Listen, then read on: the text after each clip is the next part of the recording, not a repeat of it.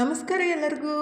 ಬೆಳಗಿನ ಶುಭೋದಯ ರೀ. ಎಲ್ಲರೂ ಹೆಂಗದಿರಿ? ಆರಾಮದಿರೇನು? ನಾವು ಆರಾಮದೀವಿ ನೋಡ್ರಿ. ನೀವು ಎಲ್ಲರೂ ಆರಾಮದ್ರಿ ಅಂತೇಳಿ ಭಾವಿಸ್ತಾ ಇವತ್ತಿನ ಲಾಗ್ನ ಸ್ಟಾರ್ಟ್ ಮಾಡೋನು ಬೇರೆ. ಇವತ್ತು ಶುಕ್ರವಾರ ಬೆಳಿಗ್ಗೆ ಟೈಮ್ 8 ಗಂಟೆ ಆಗ ಬಂದೈತೆ ನೋಡ್ರಿ. ನಾನು ನನ್ನ ಕೆಲಸನ ಸ್ಟಾರ್ಟ್ ಮಾಡಿದ್ದು. ಇಷ್ಟು ತನಕ ಎಲ್ಲ ಆಲ್ಮೋಸ್ಟ್ ಕೆಲಸ ಆಗೈತಿ. ಇನ್ನು ನಾಷ್ಟಕ್ಕೆ ಅಷ್ಟೇ ರೆಡಿ ಮಾಡೋದೈತ್ರಿ. ನಾನು ಜಳಕಕ್ಕೆ ಹೋಗೋಕ್ಕಿಂತ ಮುಂಚೆನೇ ಈ ಕಡೆ ಸ್ವಲ್ಪ ಹಿಟ್ಟನ್ನು ಕಲಸಿಟ್ಟು ಮತ್ತು ಒಂದು ಕಡೆ ರಾಜ್ಮಾನ ಬೆನ್ಸಾಕಿಟ್ಟು ಮತ್ತು ಒಂದು ಕಡೆ ಗೆಣಸಿನ್ಕಾಯಿನ ಕುದಿಸಾಕಿಟ್ಬಿಟ್ಟು ಹೋಗಿದ್ದೆ ರೀ. ಬರೋ ಮಟ್ಟ ಅವನು ಬೆನಿತಾವಂತೇಳಿ ಗೆಣಸಿನ್ಕಾಯಿ ಏನೈತಲ್ರಿ ಈ ಥರ ಕುದಿಸ್ಬಿಟ್ರೆ ಟೇಸ್ಟ್ ಜಾಸ್ತಿ ಇರ್ತಾವಂದ್ರೆ ಕುಕ್ಕರ್ ಒಳಗೆ ಸ್ವಲ್ಪ ಜಾಸ್ತಿ ನೀರು ಹಾಕಿ ಕುದಿಸ್ಬಿಟ್ರೆ ಏನೈತಲ್ಲ ಅದು ಟೇಸ್ಟ್ ಹೋಗ್ಬಿಡುತ್ತೆ ಅಂದರೆ ರುಚಿ ಕಮ್ಮಿ ಆಗುತ್ತೆ. ಈ ಥರ ಕುದಿಸ್ಬಿಟ್ರೆ ನಾವು ಹಂಗೆ ತಿನ್ಬೋದು, ಹಾಲು ಸಂಗಟ ಆದರೂ ತಿನ್ಬೋದು, ಇಲ್ಲಾಂದ್ರೆ ಹಂಗೆ ಒಣ ತಿಂದ್ರೂ ರುಚಿ ಜಾಸ್ತಿ ಅನ್ನಿಸ್ತಾವೆ. ಜಾಸ್ತಿ ನೀರು ಹಾಕಿಬಿಟ್ಟು ಕುದಿಸ್ಬಿಟ್ರೆ ಅದು ರುಚಿ ಅಂದರೆ ಸೌಳು ಥರ ಅನ್ನಿಸ್ತಾವೆ. ಅದಕ್ಕಾಗಿ ಈ ಥರ ತವಿ ಒಳಗೆ ಕುದಿಸ್ಬಿಟ್ರೆ ಬೆಸ್ಟ್ ಆಗುತ್ತೆ ನೋಡಿರಿ. ಈ ಕಡೆ ನಾನು ರಾಜ್ಮಾನ ರಾತ್ರಿನೇ ಅಂದರೆ ನಿನ್ನೆ ನೆನೆಸಿಟ್ಟಿದ್ದೆ ಅಲ್ರಿ. ಇವತ್ತು ಬೆಳಗ್ಗೆನೇ ಕುದಿಸಾಕಿಟ್ಟು ಹೋಗಿದ್ದೆ. 10 ವಿಷಲ್ ಆಗ್ಯಾವ, ಆದ್ರೂ ಇನ್ನೂ ಬೆಂದಿತ್ತಿಲ್ಲ ರೀ. ಹಾಗಾಗಿ ಮತ್ತು ಕುದಿಸಾಕಿಟ್ಟಿದ್ದೀನಿ. ಅಂದ್ರೆ ಸಣ್ಣ ಉರಿ ಒಳಗೆ ಒಂದು 15 ವಿಷಲ್ ತೊಗೋಬೇಕ್ರಿ. ಅವಾಗವು ಕುದೀತಾವು. ಸ್ವಲ್ಪ ಕುದಿಯೋಕೆ ಜಾಸ್ತಿ ಟೈಮ್ ಬೇಕಾಗುತ್ತೆ. ಅದಕ್ಕಾಗಿ ಮನು ಅನ್ನಕತ್ತಿದ್ದ, ನೀವೇ ಬಂದ್ ಮಾಡಂತ ಹೇಳಿರಲ್ಲ ಮಮ್ಮಿ, ನಾನು ಬಂದ್ ಮಾಡಿನಂತ ಹೇಳಾಕತ್ತಿದ್ದ. ಇನ್ನೂ ಕುದ್ದಿಲ್ಲಪ್ಪ, ಇನ್ನೊಂದು 4-5 ವಿಷಲ್ ಆಗಲಿ. ಇಷ್ಟೋ ತನಕ ನಾನು ಅಂದರೆ ಅಷ್ಟೋ ತನಕ ನಾನು ಈ ಕಡೆ ಮಸಾಲ ಎಲ್ಲ ರೆಡಿ ಮಾಡ್ಕೊತೀನಿ ಅಂತ ಮತ್ತೆ ಕುದಿಸಾಕಿಟ್ಬಿಟ್ಟು ಗೆಣಸಿನ್ಕಾಯಿ ಏನು ಕುದಿಸಾಕಿಟ್ಟಿದ್ದರೆ ಅವನು ಎತ್ತಿಡಾಕಂತೀನಿ. ಸ್ವಲ್ಪ ಹೊತ್ತದಂಗೆ ಆಗಿದ್ದು. ಮನು ಹೊತ್ಯಾವ ನಮ್ಮ ಮಮ್ಮಿ ಅಂತ ಹೇಳಾಕತ್ತಿದ್ದ. ಆ ಥರ ಆಗ್ಬಿಟ್ರೆ ನೀವು ಟೇಸ್ಟ್ ಜಾಸ್ತಿ ಇರ್ತಾರೆ. ಸ್ವಲ್ಪ ಅದು ಹೊತ್ತದಂಗೆ ಆಗಿರ್ತಾವಲ್ಲ, ತಿನ್ನೋಕ್ಕಿನ್ನ ಜಾಸ್ತಿ ರುಚಿ ಅನ್ನಿಸ್ತಾವೆ. ಆ್ಯಕ್ಚುಲಿ ಗೆಣಸಿನ್ಕಾಯಿ ರೀ ಕೆಂಡೊಳಗೆ ಸುಟ್ಟು ತಿನ್ನಬೇಕು. ಭಾಳ ಅಂದ್ರೆ ಭಾಳ ಮಸ್ತ್ ಹತ್ತವು. ನನಗೂ ಆ ಥರ ತಿನ್ನೋ ಆಸೆ ಐತಿ. ಬಟ್ ಇಲ್ಲಂತೂ ಮಾಡೋಕ್ಕಾಗಂಗಿಲ್ಲಲ್ರಿ. ಅದಕ್ಕಾಗಿಯೇ ಈ ಥರ ತವಿ ಒಳಗೆ ಕುದಿಸಾಕಿಟ್ಟಿದ್ದು. ಕುಕ್ಕರ್ ಒಳಗಾದ್ರೂ ಅಷ್ಟೇ ರೀ.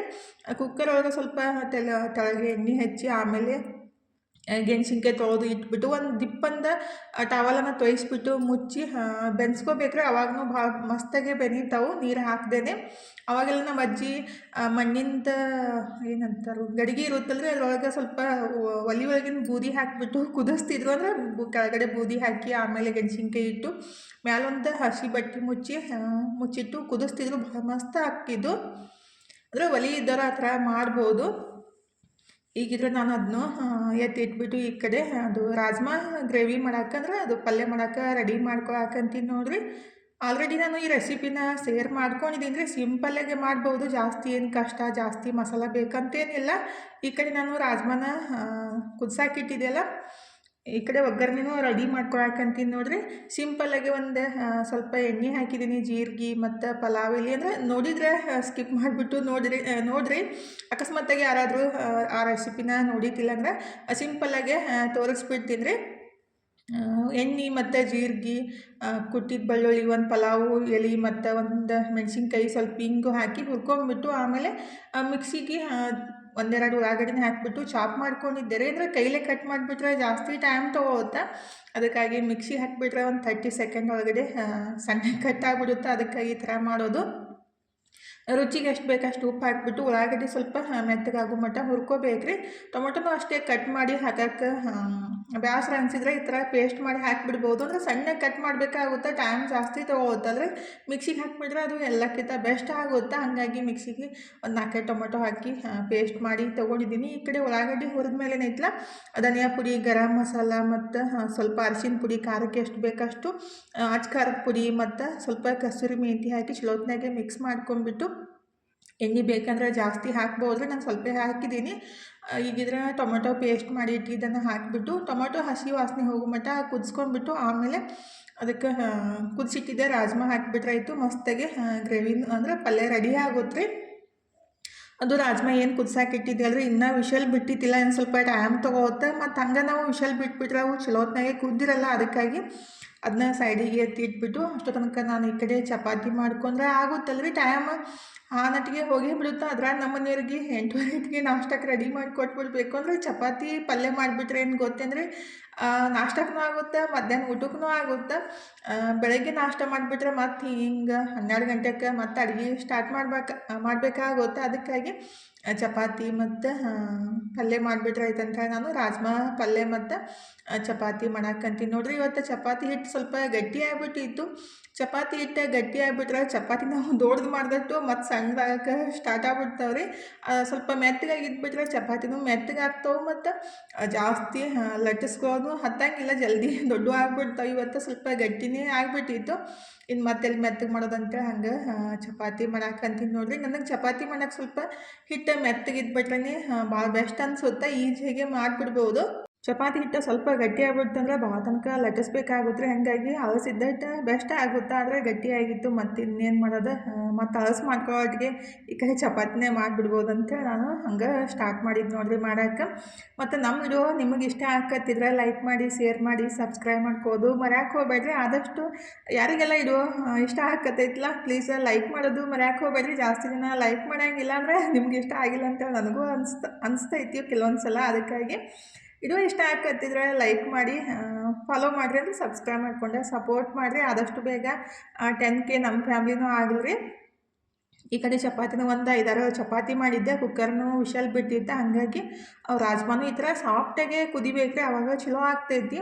ಹಂಗಾಗಿ ಅದು ವಿಷಲೆಲ್ಲ ಬಿಟ್ಟ ಮೇಲೆ ಈ ಕಡೆ ಅದು ಗ್ರೇವಿ ರೆಡಿ ಮಾಡಿ ಇಟ್ಟಿದ್ದೆ ರೀ, ಒಗ್ಗರಣೆ. ಅದಕ್ಕನ್ನು ಕುದಿಸಿಟ್ಟಿದ್ದೆ ರಾಜ್ಮಾ ಹಾಕಿಬಿಟ್ಟು ಚಲೋತ್ನಾಗ ಒಂದು ರೌಂಡ್ ಮಿಕ್ಸ್ ಮಾಡಿ ಮತ್ತು ಗ್ಯಾಸ್ ಹಚ್ಚಿ 1-2 ನಿಮಿಷ ಚಲೋತ್ನಾಗೆ ಮಸಾಲ ಸಂಗಟ ಕುದಿಸ್ಕೋಬೇಕು ರೀ. ಆಮೇಲೆ ಲಾಸ್ಟಿಗೆ ಕೊತ್ತಂಬರಿ ಸೊಪ್ಪು ಹಾಕಿಬಿಟ್ರೆ ಮಸ್ತಾಗೆ ರಾಜ್ಮಾನು ರೆಡಿ ಆಗುತ್ತೆ ನೋಡಿರಿ. ಆ್ಯಕ್ಚುಲಿ ವಾರದಾಗ ಒಂದು ಸಲ ಆದರೂ ರಾಜ್ಮಾ ತಿನ್ಬೇಕಂತಾರೋ, ಕಿಡ್ನಿಗೆ ಒಳ್ಳೇದಂತಾರೆ. ಆದ್ರೆ ಜಾಸ್ತಿ ಮಾಡೋಕ್ಕನ ಆಗಂಗಿಲ್ಲ. ಈಗಿದ್ರೆ ನಾನು ಮಸ್ತಾಗಿ ಅಡುಗೆ ಎಲ್ಲ ಮುಗಿಸ್ಬಿಟ್ಟು ಊಟ ಸ್ಟಾರ್ಟ್ ಮಾಡಿದ್ದೀನಿ ನೋಡಿರಿ. ಆಲ್ರೆಡಿ ಎಲ್ಲರದ್ದು ಊಟ ಆಗೈತಿ, ಒಂದೊಂದಷ್ಟೇ ಬಾಕಿ ಐತಿ. ಇವತ್ತು ಕಾಲೇಜ್ಗೆ ಹೋಗ್ತಿತ್ತಿಲ್ಲ ರೀ, ಹಾಗಾಗಿ ಜಲ್ದಿ ಎದ್ಬಿಟ್ಟು ಜಳಕ ಮಾಡಿ ನಾಷ್ಟ ಮಾಡಂಗೆ ಇಲ್ಲ ರೀ. 20 ಸಲ ಹೇಳಬೇಕು, ಏಳು ಜಳಕ ಮಾಡು, ನಾಷ್ಟ ಮಾಡು, ತಣ್ಣಗಾಗ್ತಾವೆ ಚಪಾತಿ ಅಂತ ಹೇಳ್ತಾನೆ ಇರೋದು. ಆದರೆ ಆಮೇಲೆ ಮಾಡ್ತೀನಿ ಅಂತ ಅನ್ಕೊತಾನೆ ಇರ್ತಾನು. ಸುಮ್ಮನೆ ಕಾಲೇಜ್ಗೆ ಹೋಗ್ಬಿಟ್ರೆ ಪಟ್ ಅಂತ ಹೇಳಿ ನಾಷ್ಟ ಮುಗಿಸಿ ಹೋಗ್ತಾರೋ. ಆದರೆ ಮನ್ಯಾಗ ಇದ್ಬಿಟ್ರಂತೂ ಚಂತನ ಒದ್ರೋದ ಕೆಲಸ ಆಗ್ಬಿಡುತ್ತೆ ನೋಡ್ರಿ. ಈಗಿದ್ರೆ ನಾನು ಮಸ್ತಾಗೆ ಚಪಾತಿ, ರಾಜ್ಮಾ ಮತ್ತು ಸ್ವಲ್ಪ ಗೆಣಸಿನ್ಕಾಯಿ, ಹಾಲು, ಸಕ್ಕರೆ ಹಾಕಿಲ್ಲ ರೀ, ಬರೀ ಹಾಲು ಗೆಣಸಿನ್ಕಾಯಿ ತಿಂದ್ಬಿಟ್ಟು ಊಟ ಮುಗಿಸ್ಬಿಟ್ಟು ಈಗಿದ್ರೆ ತನ್ನೊಂದು ಡ್ರೆಸ್ಸಿಗೆ ಸ್ವಲ್ಪ ಬಟನ್ ಹಚ್ಚೋದು ಅಂತ ಕುಂತೀನಿ ನೋಡ್ರಿ. ನಾಳೆ ಎಕ್ಸಾಮ್ ಅದಾವಲ್ಲ, ಹಾಗಾಗಿ ತನ್ನೊಂದು ಡ್ರೆಸ್ ರೆಡಿ ಮಾಡಿ ಇಟ್ರಾಯ್ತಂತ ರೆಡಿ ಮಾಡಾಕಂತೀನಿ ನೋಡ್ರಿ. ಬಟನ್ ಹೋಗಿತ್ತಾ, ಅದನ್ನು ಬಟನ್ ಹಚ್ಚಿ ಸ್ವಲ್ಪ ಇಸ್ತ್ರಿ ಎಲ್ಲ ಮಾಡಿ ಇಟ್ರೆ ಆಗೋದ್ರೆ. ಅಂದರೆ ಇದು ಶುಕ್ರವಾರದ ವಿಡಿಯೋ ರೀ. ಶನಿವಾರ 28ನೇ ತಾರೀಕಿಗೆ ಸೆಕೆಂಡ್ PUC ಎಕ್ಸಾಮ್ ಅದಾವೆ. ಅಂದರೆ ಇವತ್ತು ಶನಿವಾರ ಸ್ಟಾರ್ಟ್ ಆಗ್ಯಾವ್ರಿ.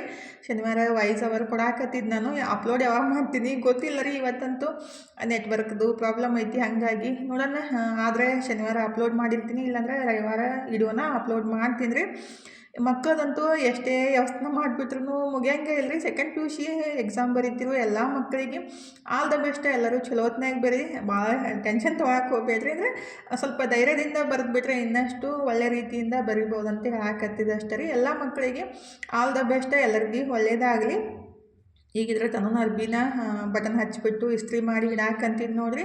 ಅವಾಗೆಲ್ಲ ನಾವು ಸಣ್ಣವರಿದ್ದಾಗ ನಮ್ಮ ಅರ್ಬಿ ನಾವೇ ಹೊಕ್ಕೊಂಡು, ನಮ್ಮ ಅರ್ಬಿ ನಾವೇ ಅಕಸ್ಮಾತ್ತಾಗಿ ಆಗಸ್ಟ್ 15 ಆ ಥರ ಎಲ್ಲ ಇರ್ತೈತಿಲ್ಲ, ನಮ್ಮ ಅರ್ಬಿ ನಾವೇ ಇಸ್ತ್ರಿ ಹಾಕ್ಕೊಂಡು ಹೋಗ್ತಿದ್ವಿ. ನಮ್ದು ಯಾರ ವ್ಯವಸ್ಥೆನ ಮಾಡ್ತಿದ್ದಿಲ್ಲ ರೀ. ಈಗ ಎಷ್ಟೇ ಮಕ್ಕಳು ದೊಡ್ಡವರಾಗಿ ಗಂಡು ಮನೆಗೆ ಹೋದ್ರೂ ನಾವೇ ಮಾಡ್ಬೇಕ್ರಿ. ಯಾಕೇನೋ ಗೊತ್ತಿಲ್ಲ, ಅವಾಗ ಹಂಗೆ ಈಗ ಹಿಂಗೆ ಅಂತೇಳಿ ಅನ್ಸುತ್ತೆ. ಒಂದೊಂದು ಸಲ ನಮಗೂ ಸಿಟ್ಟು ಬರ್ತಾ ಇರ್ತೈತಿ. ಆದರೆ ಏನು ಮಾಡೋಕ್ಕಾಗಂಗಿಲ್ಲ ರೀ, ಸಹಿಸ್ಕೊಂಡು ಹೋಗಲೇಬೇಕಾಗುತ್ತೆ. ಜನ್ರೇಷನ್ ತಕ್ಕಂತೆ ನಾವು ಬದಲಾಗಬೇಕಾಗುತ್ತೆ. ಈಗಿದ್ರೆ ಅರ್ಬಿನೂ ಇಸ್ತ್ರಿ ಮಾಡಿ ಎತ್ತಿಟ್ಬಿಟ್ಟು ಅಡುಗೆ ಮನೆಗೆ ಬಂದೆ ನೋಡ್ರಿ. ಇದು ಎಡಿಟ್ ಮಾಡಿ ಅಪ್ಲೋಡ್ ಮಾಡಿ ಮತ್ತು ಅರ್ಬಿ ತೊಳೋದು. ಮತ್ತು ಮಧ್ಯಾಹ್ನ ಇದ್ರೆ ನನ್ನ ಮಗಳು ಚಪಾತಿ ರೋಲ್ ಮಾಡಿಕೊಂಡು ತಿಂದಿದ್ಲು. ಸಾಸ್ ಮಾಡಿಕೊಡ್ರಿ ಮಮ್ಮಿ ಅಂತ ಅಂದಿದ್ಲು, ಅದಕ್ಕಾಗಿ ಸಾಸ್ನೂ ರೆಡಿ ಮಾಡಿ ಇಟ್ಟಿದ್ದೆ ರೀ. ಇನ್ನು ಟೈಮ್ 5 ಗಂಟೆ ಆಗೈತಿ. ಇನ್ನು ಸಂಜೆದು ಕಸ ಮುಸ್ರಿ ಸ್ಟಾರ್ಟ್ ಮಾಡ್ಬೇಕು ನೋಡ್ರಿ. ನಮ್ಮ ಕಡೆ ಅಂದರೆ ಆಲ್ಮೋಸ್ಟ್ ಎಲ್ಲ ಕಡೆ ಹಳ್ಳಿ ಕಡೆ ಅದು ಸಂಜೆ ಆಯ್ತಿಲ್ಲ ಕಸ ಮುಸ್ರಿ ಆಯ್ತಿಲ್ಲ ಅಂತೇಳಿ ನಮ್ಮ ಕಡೆ ಕೇಳ್ತಾರೆ, ಚಹಾ ಆಯ್ತಿಲ್ಲ ಅಂಥೇಳಿ. ಇನ್ನು ನಾವು ಸಂಜೆದ ಕಸ ಮುಸ್ರಿ, ಚಹಾ, ದೇವ್ರ ಮುಂದೆ ದೀಪ ಹಚ್ಚೋ ಕೆಲಸ ಸ್ಟಾರ್ಟ್ ಮಾಡ್ಬೇಕು ನೋಡ್ರಿ. ಅದನ್ನೇ ಟೊಮೆಟೊ ಸಾಸ್ ಮಾಡಿ ಇಟ್ಟಿದ್ದಿಲ್ಲ, ಅಡುಗೆ ಮನೆಗೆ ಬಂದಾಗ ಒಂದು ಸ್ವಚ್ಛ ಮಾಡಿ ಹೋಗೋದೇ ಕೆಲಸ ಆಗ್ಬಿಡುತ್ತೆ. ಮತ್ತು ಮನೆಯಾಗಿದ್ರೆ ತಗೊಂಬಂದು ಮತ್ತು ಈ ಥರ ಮಾಡಿ ಇಟ್ಟೇ ಇರ್ತಾರೆ, ಏನು ಮಾಡೋಕ್ಕಾಗಂಗಿಲ್ಲ, ಮಾಡ್ತಾನೆ ಇರಬೇಕು. ಈಗಿದ್ರೆ ಅಡುಗೆ ಮನೆ ಸ್ವಲ್ಪ ಸ್ವಚ್ಛ ಮಾಡಿಕೊಂಡು ಅದನ್ನ ಟೊಮೆಟೊ ಸಾಸ್ ಏನು ರೆಡಿ ಮಾಡಿ ಇಟ್ಟಿದ್ದೆಲ್ಲ ಡಬ್ಬಿಗೆ ಹಾಕಿ ಎತ್ತಿಟ್ರಾಯ್ತಂತ ಇಡಾಕಂತೀನಿ ನೋಡ್ರಿ. ಈ ಸಲ ಸ್ವಲ್ಪ ಮಾಡಾಕತ್ತಿದ್ದು ಅಂದರೆ ಒಂದು 10-15 ದಿವ್ಸಕ್ಕೆ ಆಗಷ್ಟು ಮಾಡ್ಕೊಂಬಿಟ್ರೆ ಆಗುತ್ತೆ. ಜಾಸ್ತಿ ಮಾಡಿಬಿಟ್ರೆ ಜಾಸ್ತಿ ದಿವಸ ಬರುತ್ತಂತೆ. ಒಂದು 10-15 ದಿವ್ಸಕ್ಕೆ ಆಗಷ್ಟನ್ನು ರೆಡಿ ಮಾಡಿ ಎತ್ತಿಟ್ಟಿದ್ದೀನಿ.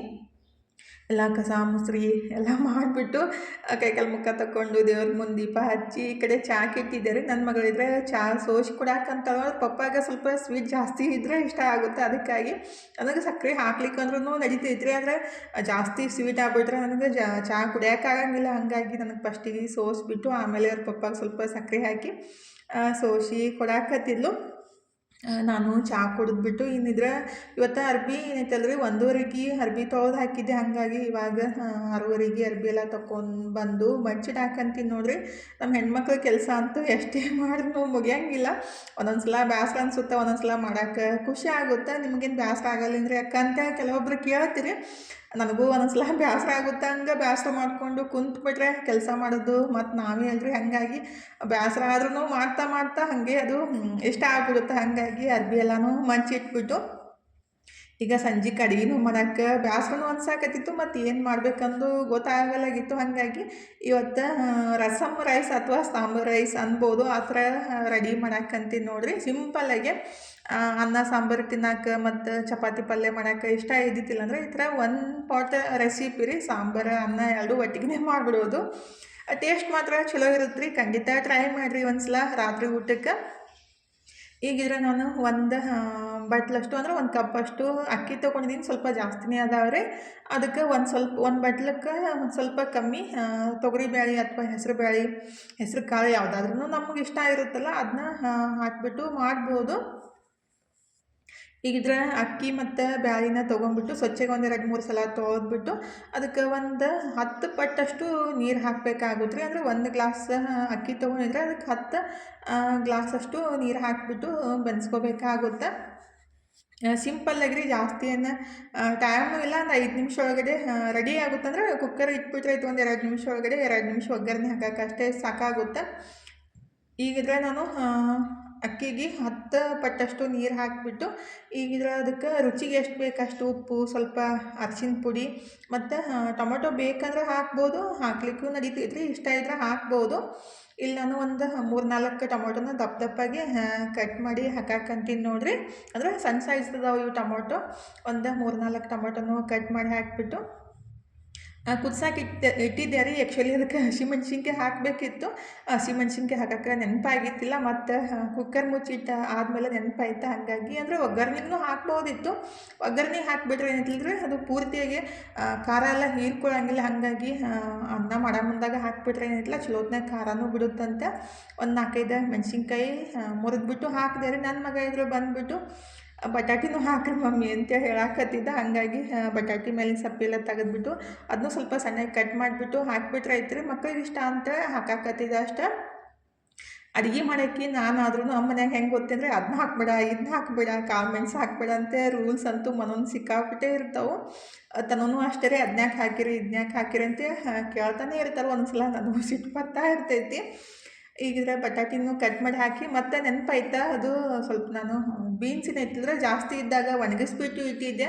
ಅದನ್ನೂ ಇದ್ರೊಳಗನ್ನ ಸ್ವಲ್ಪ ಹಾಕಿದ್ರೆ ಐತಂತ ಅದನ್ನೂ ಹಾಕಿಬಿಟ್ಟು ಒಂದು 4-5 ವಿಷಲ ಕೂಗಿಸಿ ಆಮೇಲೆ ಸಿಂಪಲ್ಲಾಗಿ ಒಂದು ಒಗ್ಗರಣೆ ಆದರೂ ಹಾಕ್ಬೋದು, ಇಲ್ಲ ಹಂಗಾದ್ರೂ ಊಟ ಮಾಡ್ಬೋದು ರೀ. ಈಗಿದ್ರೆ ನಾನು ಈ ಕಡೆ ಕುಕ್ಕರ್ನ ವಿಷಲ್ ಬಿಡಲಿ ಬಂದು ಒಗ್ಗರಣೆ ಹಾಕಿಬಿಟ್ಟು ಹಪ್ಪಳನ ಫ್ರೈ ಮಾಡೋಣ ಅಂತ ನಾನು ಅಂದ್ಕೊಂಡ್ಬಿಟ್ಟು ಹೊರಗಡೆ ಮೊಬೈಲ್ ನೋಡ್ಕೊತ ಕುಂತೀನಿ. ನನ್ನ ಮಗ ಬಂದುಬಿಟ್ಟು ಹಪ್ಪಳನ ಫ್ರೈ ಮಾಡಾಕಂತ ನೋಡ್ರಿ. ಅಂದರೆ ನಾನು ಮೊಬೈಲ್ ನೋಡಿಬಿಟ್ರೆ ನಮ್ಮ ಮನೆಯಾಗ ಎಲ್ಲರಿಗೂ ಸಿಟ್ಟು ಬರುತ್ತೆ. ಆದರೆ ಅವ್ರು ಎಷ್ಟೇ ಮೊಬೈಲ್ ನೋಡಲಿ ನಾನು ಮಾತ್ರ ಸಿಟ್ಟು ಮಾಡ್ಕೋಬಾರ್ದು. ನಮ್ಮ ಮನ್ಯಾಗ ಹಿಂಗೆ, ನಿಮ್ಮ ಮನ್ಯಾಗ ಹಿಂಗೆ ಏನು ಐತೆ ಅಂಥೇಳಿ ಕಮೆಂಟ್ ಮಾಡಿರಿ. ನಮ್ಮ ಮನೆಯವರಾದರೂ ಅಷ್ಟೇ, ನಾನು ಸ್ವಲ್ಪ ಅವ್ರದ್ದು ಏನಾದರೂ ಕೆಲಸ ಇದ್ದಾಗ ಅಡುಗೆ ಮಾಡೋದು ಲೇಟ್ ಮಾಡಿಬಿಟ್ರೆ ಮೊಬೈಲ್ ನೋಡ್ಕೊತ ಸಿಟ್ಟು ಮಾಡ್ಕೊಂಬಿಡ್ತಾರೆ. ಹಂಗಾಗಿ ಮಾಡಿಟ್ಟನೆ ಮೊಬೈಲ್ ನೋಡ್ಕೊತ ಕುಂತಿರ್ತೀನಿ. ಆದರೆ ಇವತ್ತು ವಿಷಲ್ ಬಿಟ್ಟ ಮೇಲೆ ಒಗ್ಗರಣೆ ಹಾಕಿದ್ರೆ ಅಂತಂತ ಸ್ವಲ್ಪ ಧಾರಾವಾಹಿ ನೋಡ್ಕೊತ ಕುಂತಿದ್ದೆ. ಇಲ್ಲಿ ಬಂದುಬಿಟ್ಟು ಮನು ಹಪ್ಪಳನ ಫ್ರೈ ಮಾಡಾಕತ್ತಿದ್ದಾರೆ. ಮತ್ತು ಬಂದು ಒಗ್ಗರಣೆ ಹಾಕ್ನಪ್ಪ ಹಪ್ಪಳ ಫ್ರೈ ಮಾಡಿನಂತ ಹೇಳಿಬಿಟ್ಟು ನಿಂತಿದ್ದೀನಿ ನೋಡಿರಿ. ಹಪ್ಪಳ ಆಲ್ಮೋಸ್ಟ್ ಖಾಲಿ ಹಾಕಿ ಬಂದವು. ಹೋದ ವರ್ಷ ಬ್ಯಾಸ್ಗೆ ಒಳಗೆ ಮಾಡಿದ್ರಿ. ಮಾಡೋ ಮುಂದಾಗ ಯಾರಿಗೂ ಹೆಲ್ಪ್ ಮಾಡಂದ್ರೆ ಮೋತಿ ಗಂಟು ಹಾಕೋದು ಸಿಟ್ಟಿಗೆ ಬರೋದು ಮಾತ್ರ. ಆದರೆ ಫ್ರೈ ಮಾಡಿ ಕೊಟ್ಬಿಟ್ರೆ ಎಲ್ಲರೂ ಇಷ್ಟಪಟ್ಟು ತಿಂತಾರೆ. ಆದರೆ ಮಾಡೋದು ಒಬ್ರಿಗಂದ್ರೆ ಸ್ವಲ್ಪ ಕಷ್ಟ ಅಂತ ಅನ್ಸುತ್ತೆ ರೀ, ಬೇಸರ ಬರುತ್ತೆ. ಆದರೆ ವರ್ಷಕ್ಕೊಂದು ಸಲ ಮಾಡ್ತೀನಿ, ನನಗೆ ಎಷ್ಟು ಆಗುತ್ತಲ್ಲ ಅಷ್ಟು. ತನೂ ಒಂದೊಂದು ಸಲ ಹೆಲ್ಪ್ ಮಾಡ್ತಾರೆ, ಒಂದೊಂದು ಸಲ ಸಿಟ್ಟು ಮಾಡ್ಕೊತಾರೆ. ಈಗಿದ್ರೆ ನಮ್ಮನೆಯವರು ಸ್ವಲ್ಪ ಬಾಂಡೆ ತೊಳೆದಿಟ್ಟಿದ್ದಿಲ್ಲ ಅದನ್ನೂ ತೆಗೆದಿಟ್ಟು ಇಡಾಕತ್ತಿದ್ರು. ಅಂದರೆ ಸುಮ್ಮನೆ ನಿಂತು ಬಿಟ್ಟರೆ ಏನು ಅಂತ ಅಡುಗೆ ಮನೆಗೆ ಬಂದಾಗ ಸ್ವಲ್ಪ ಏನಾದರೂ ಸಣ್ಣ ಪುಟ್ಟ ಕೆಲಸಗಳು ಇದ್ರೆ ಮಾಡ್ತಾರೆ. ಅಂದರೆ ಬಾಂಡೆ ಎತ್ತಿಡೋದಾಗಲಿ ಆ ಥರ ರೀ. ಈಗಿದ್ರೆ ಅದು ಹಪ್ಪಳನೂ ಫ್ರೈ ಮಾಡಿದ್ಮೇಲೆ ಈ ಕಡೆ ಅನ್ನ ವಿಶಾಲ್ನೂ ಬಿಟ್ಟಿತ್ತಲ್ರಿ, ಅದನ್ನ ಒಂದು ಸಲ ಈ ಥರ ಮಿಕ್ಸ್ ಮಾಡ್ಕೊಂಬಿಡ್ಬೇಕು ನೀಟಾಗಿ. ಟೊಮೊಟೊ ಎಲ್ಲ ಹಾಕಿರ್ತೀವಲ್ಲ, ಮಿಕ್ಸ್ ಮಾಡ್ಕೊಂಬಿಟ್ಟು ಆಮೇಲೆ ಏನಿತ್ತಲ್ಲ ಸಿಂಪಲ್ಲಾಗಿ ಒಂದಿಷ್ಟು ಎಣ್ಣೆ, ಜೀರಿಗೆ ಮತ್ತು ಕುಟ್ಟಿಟ್ಟಿದ್ದ ಬೆಳ್ಳುಳ್ಳಿ, ಕರ್ಬೇವಿನ ಸೊಪ್ಪು, ಸ್ವಲ್ಪ ಇಂಗು ಹಾಕಿ ಒಗ್ಗರಣೆ ರೆಡಿ ಮಾಡ್ಕೋಬೇಕು ನೋಡಿರಿ. ಈಗಿದ್ರೆ ಈ ಥರ ಸಿಂಪಲ್ಲಾಗಿ ಒಗ್ಗರಣೆನ ರೆಡಿ ಮಾಡ್ಕೊಂಬಿಟ್ಟು ಆಮೇಲೆ ಇದೇನು ರಸಮ್ ರೈಸ್ ಇತ್ತಲ್ಲ ಅದಕ್ಕೆ ಮಿಕ್ಸ್ ಮಾಡ್ಕೊಂಡ್ಬಿಟ್ರಾಯ್ತು. ಇದು ಆ್ಯಕ್ಚುಲಿ ಕಾಳು ಮೆಣಸು ಪುಡಿ ಹಾಕಿಬಿಟ್ರೆ ಭಾಳ ಬೆಸ್ಟ್ ಆಗುತ್ತೆ ರೀ. ಮನು ಇದ್ರೆ ಹೇಳ್ಬಿಟ್ಟಿದ್ದ ಕಾಳು ಮೆಣಸೆಲ್ಲ ಹಾಕಕ್ಕೆ ಹೋಗಬೇಡ್ರಿ ಅಂತೇಳಿ. ಅದಕ್ಕಾಗಿ ಕಾಳು ಮೆಣಸಿನ ಪುಡಿನೂ ಹಾಕಿಲ್ಲ ರೀ. ಸ್ವಲ್ಪ ಕಾಳು ಮೆಣಸಿನ ಪುಡಿ ಹಾಕಿಬಿಟ್ರೆ ಇನ್ನೂ ಟೇಸ್ಟ್ನೂ ಇರುತ್ತೆ ಮತ್ತು ಆರೋಗ್ಯಕ್ಕೂ ಒಳ್ಳೆಯದು ರೀ. ಈಗ ಫೈನಲಿ ರಸಮ್ ರೈಸ್ ರೆಡಿ ಆಯ್ತು ನೋಡಿರಿ. ಅನ್ನ ಸಾಂಬಾರು ತಿನ್ನೋಕೆ ಮನ್ಸಿದ್ದಿತ್ತಿಲ್ಲ ಅಂದರೆ ಒಟ್ಟಿಗೆ ಈ ಥರ ಮಾಡಿಬಿಟ್ರೆ ಆಯಿತು. ಸ್ವಲ್ಪ ಶೇಂಗಾನೂ ಹುರಿದಿಟ್ಟಿದ್ದಾರೆ ಮನು, ಅದನ್ನೂ ಮಿಕ್ಸ್ ಮಾಡಿದೆ ಅಂದರೆ ತಿನ್ನೋ ಮುಂದಾಗ ಟೇಸ್ಟಾಗಿರುತ್ತೆ. ಅಂದರೆ ಜಾಸ್ತಿ ಹೊತ್ತು ಬಿಡಬಾರ್ದು, ಹಾಕಿದ ತಕ್ಷಣ ಮಿಕ್ಸ್ ಮಾಡಿ ಸರ್ವ್ ಮಾಡ್ಬೇಕು ರೀ. ತಣ್ಣಗಾದ್ಮೇಲೆ ಏನಿತ್ತಲ್ಲ ಇದು ಗಟ್ಟಿ ಆಗಕ್ಕೆ ಸ್ಟಾರ್ಟ್ ಆಗುತ್ತೆ. ನಾವು ಕಿಚಡಿ ಆಗಲಿ ಮತ್ತು ಈ ಥರ ರಸಮ್ ರೈಸ್ ಆಗಲಿ ಬಿಸಿ ಇದ್ದಾಗನೇ ಊಟ ಮಾಡಿಬಿಡ್ಬೇಕು, ಆವಾಗ ಟೇಸ್ಟ್ ಜಾಸ್ತಿ ಇರುತ್ತೆ ರೀ. ಆ್ಯಕ್ಚುಲಿ ಇದಕ್ಕೆ ಬೆಣ್ಣೆ ತುಪ್ಪ ಹಾಕ್ಕೊಂಡು ತಿಂದರೆ ಇನ್ನೂ ಬೆಸ್ಟ್ ಆಗುತ್ತೆ. ಇವತ್ತಿನ ವಿಡಿಯೋನು ಇಲ್ಲೇ ಮುಗಿಸೋಣ್ರಿ. ಇವತ್ತಿನ ವಿಡಿಯೋ ಹೆಂಗೆ ಅನಿಸ್ತಂತ ಕಮೆಂಟ್ ಬಾಕ್ಸ್ ಒಳಗೆ ಹೇಳೋದು ಮರೆಯಕ್ಕೆ ಹೋಗಬೇಡ್ರಿ. ವಿಡಿಯೋ ಇಷ್ಟ ಆಗಿದ್ರೆ ಲೈಕ್ ಮಾಡಿ, ಶೇರ್ ಮಾಡಿ, ಸಬ್ಸ್ಕ್ರೈಬ್ ಮಾಡ್ಕೊಂಡು ಸಪೋರ್ಟ್ ಮಾಡಿರಿ. ಇಷ್ಟು ತನಕ ವಿಡಿಯೋ ನೋಡಿದ್ದಕ್ಕೆ ತಮ್ಮೆಲ್ಲರಿಗೂ ತುಂಬ ಹೃದಯದ ಧನ್ಯವಾದಗಳು ರೀ. ಥ್ಯಾಂಕ್ ಯು ಫಾರ್ ವಾಚಿಂಗ್ ರೀ. ಮತ್ತೆ ಹೊಸ ಲಾಗ್ ಜೊತೆಗೆ ಸಿಗ್ತೀವಿ ರೀ.